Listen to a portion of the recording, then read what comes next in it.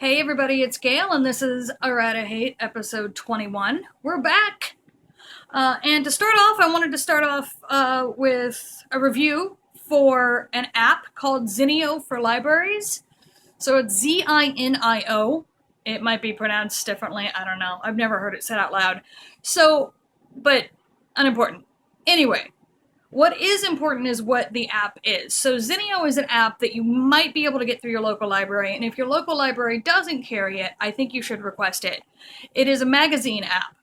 So you go in, they have this huge slate of magazines that you can choose from in terms of topics, and they've got The Atlantic, they've got The Economist, they've got a lot of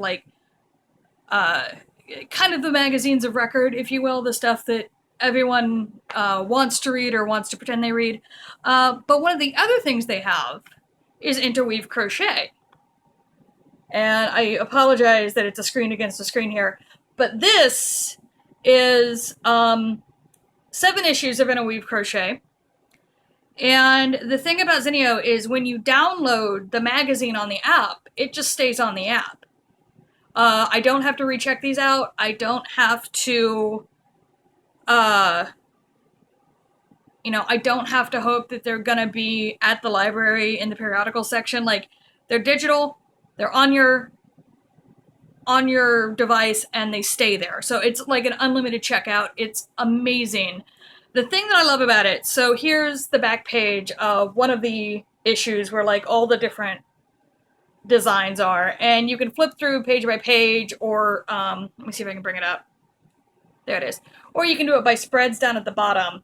But the thing I love about this is that I really like Interweave crochet. I think it's a magazine that has, especially in the last few years, really upped its game in terms of working towards like really stylish pieces rather than stuff that, rather than sort of the hat, shawl, scarf kind of interesting sweater thing that was happening a few years back. Like, I remember, and I mean, it was happening a few years back, like in like 2012 still, but like especially when I was first starting to crochet again seriously, which was back in the early aughts, everything was kind of boxy and boring.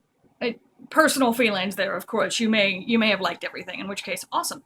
But like, if you can see this sweater, I hope you can. Like, this is a beautiful sweater. I'm looking forward to making it. It's on my list. But the thing about it is, it's still a magazine that issue to issue, I never know, am I gonna like half of it, and so it's worth buying? Or am I only gonna have like one thing I like, so I'm not really into buying it? There's also the matter of having to remember to buy the damn thing, which I'm terrible at, and I don't want to miss issues, because what if what I like is in an issue that I miss? Or, what if I see a design that I like, but the issue is a few months old? And, like, that's the great thing about this, is that I have all of these back issues that I just showed you. And what I can do with these is either make the designs using this app, or what I'm actually going to do is I use this as sort of my indexing thing. So if I'm kind of wondering about a new project I want to start, I can open this up, I can go through this huge list of, I can go through these magazines, and I know you can do this on Ravelry as well. You can click down and, get all the patterns. But I also like this because I get the articles that are in here, which I find interesting, like the crochet history stuff.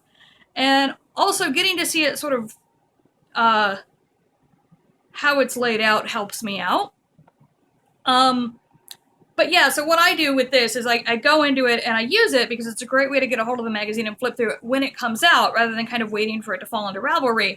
And then I can, from there, make the list of stuff I want to make. And then as I get around to it, I can buy the patterns I want from specific issues, or I can buy a complete issue digitally. One of the big things for me also is that I have a dust mite allergy. We already have enough books and yarn and video games in this house, so anything I can do to not have more paper in my house, I am for. And so this app is definitely a big winner for me.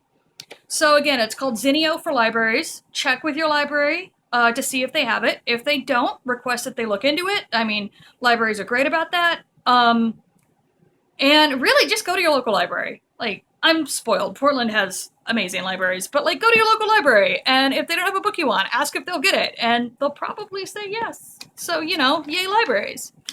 Anyway, that's episode 21. I will see you all soon. Remember, if you're enjoying what I'm doing here, please like, subscribe, share, or consider donating to the Patreon, which is linked down in the basement. Patreon pledges only go out for full-length episode videos. So you don't have to pay when I'm on hiatus, and you don't pay for the little goofy bonus shit that I do. And it supports the yarn that supports this channel. So I will see you guys later.